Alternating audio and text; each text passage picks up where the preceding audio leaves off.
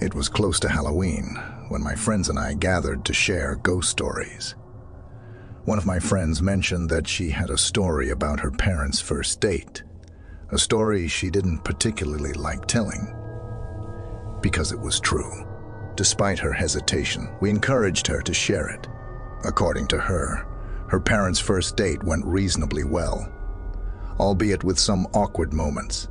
As the evening reached the point where they would usually bid each other farewell, her friend's dad, who we'll refer to as the man in the story, proposed an unconventional idea. He suggested a midnight hike up Provo Canyon. This suggestion wasn't entirely out of the blue. He was familiar with the area due to his involvement in rock climbing, and he even had some acquaintances in the police force. So, they drove up to the mouth of the canyon, parked their cars, and embarked on the hike under the soft glow of starlight, as it happened to be a new moon that night. As they walked along, a peculiar sensation crept over the man. It was a foreboding feeling, particularly strong as they approached a section of the trail that passed beneath a cluster of trees. With the lateness of the hour and the darkness looming ahead, the man brushed off the uneasy feeling and continued walking. However, the sensation returned with even greater intensity a short while later. Despite the mounting unease, the man pressed on, and as he took a step into the shadowy area beneath the trees, he felt his foot make contact with something soft in the middle of the path. The darkness prevented him from seeing what it was, but the unsettling feeling intensified, sending shivers down his spine. Instead of investigating further, he and the woman he was with shared a mutual understanding that it was time to retreat from this unsettling place. Years later, after being married for a significant period of time, they found themselves watching an interview with the notorious serial killer Ted Bundy. During the interview, Bundy was asked to recount the closest instance he felt to being captured. He recounted a chilling story about luring a young woman into Provo Canyon, where he had recently committed a heinous crime. Just as he was finishing, he heard footsteps approaching on the trail. Fearing discovery, he hid in the trees just in time to witness a man walk directly into the lifeless body of his victim. To Bundy's astonishment, the man merely turned around and walked away from the scene without realizing what he had encountered.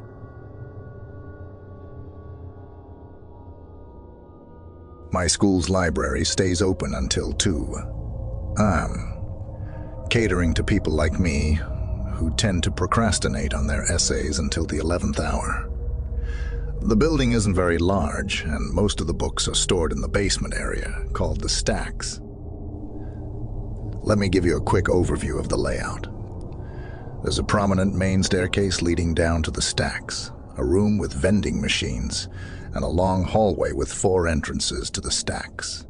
The stacks consist of 2 generously sized rooms on opposite sides of the hallway. These rooms are lined with an abundance of bookshelves and study desks for the students to utilize. Last year, around 11 p.m., I found myself in the library. I had a heavy essay on my hands, so I stationed myself at one of the study desks within the stacks. This way, I wouldn't have to keep making trips between the upper and lower floors.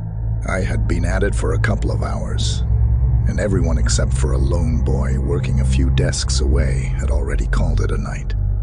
I was deeply engrossed in my work by this point, realizing that my 8am class meant the essay was due soon, which sent a mild wave of panic through me. My irritation surged when I heard someone furiously flipping through book pages, creating that distinct whipping sound at the far end of the room. I tried to brush it off initially, assuming they would eventually cease, but the noise persisted. After about 5 minutes, my patience wore thin, and I decided to approach the individual and ask them to stop. I had taken about 3 steps when the sound abruptly halted. I returned to my seat and silence reclaimed the room for a brief 10 minutes. Unfortunately, The noise of pages flipping started up again. But this time, it was much louder, as if they had grabbed a substantial book. The irritation seemed to be shared by the boy working nearby.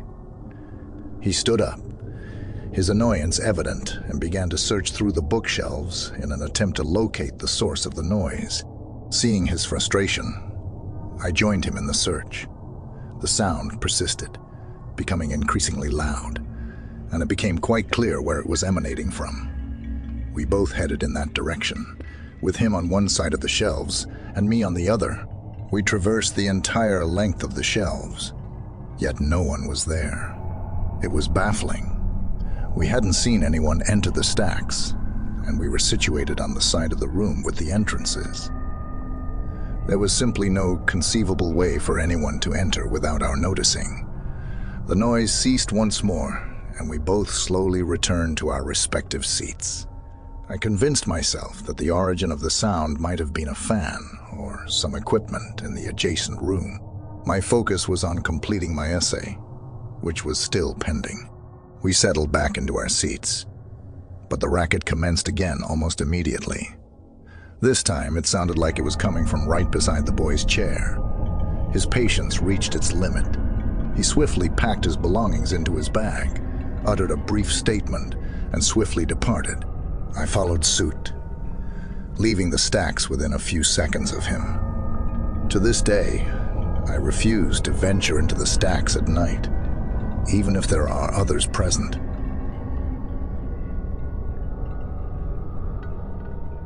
I lived on a farm ranch with my grandparents. My parents had kicked me out, and as I couldn't afford to rent an apartment, my grandparents kindly allowed me to stay with them for a fraction of the cost. My bedroom was situated on the first floor, where the smell of aging was particularly potent. The room was adorned with my grandma's religious artifacts, including a rather imposing painting of Jesus that stared at me while I slept. However, the truly odd occurrences didn't begin until my second week of living there. Arriving home after work at a small corner store in town, I noticed that it was already dark outside.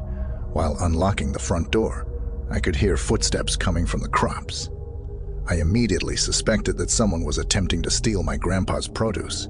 I cautiously approached to get a better view, making sure not to disturb any fallen leaves or create noise. I could indeed see a figure among the crops, but rather than standing, they were crawling on all fours, stealthily moving around. While I could have confronted the intruder, I figured that might escalate the situation.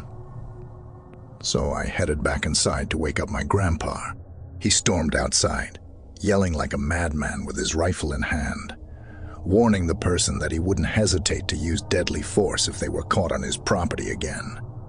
It seemed like enough to deter anyone. But the following night, things took an even stranger turn. As I was fast asleep, I woke up to the sound of laughter outside my window. A figure was standing there, peering into my bedroom. He seemed to notice me as I sat up, and then he walked away. I recounted this to my grandpa, who was understandably furious. He grabbed his rifle from the closet and marched over to the front door with me close behind.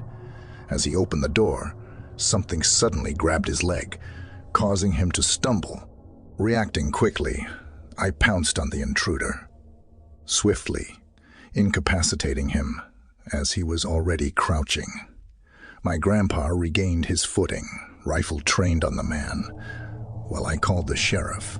During the tense situation, I suddenly heard my grandpa's scream on the phone. I dropped the device, my heart racing, fearing the worst.